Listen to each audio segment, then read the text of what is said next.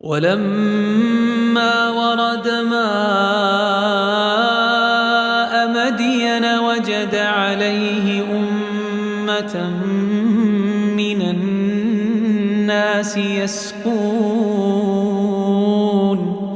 ووجد من دونهم امرأتين تذودان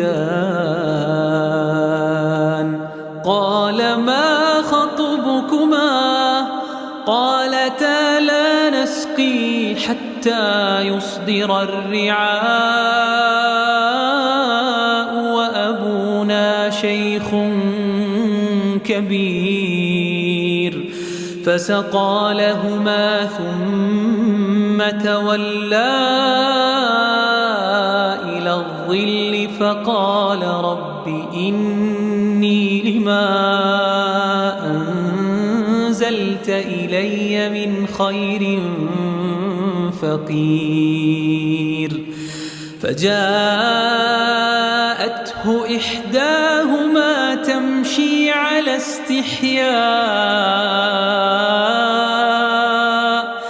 قالت إن أبي يدعوك ليجزيك أجر ما سقيت لنا فلما جاءه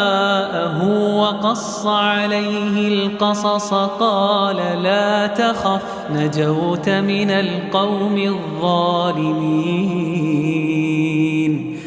قالت إحداهما يا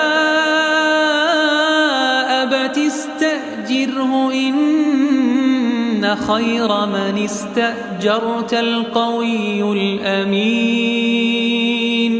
قال إني أريد أن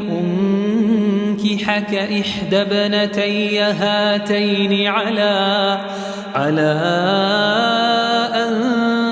تأجرني 8 حجج فإن أتممت 10 فمن عندك وما أريد أن أشق عليك ستجدني إن شاء الله من الصالحين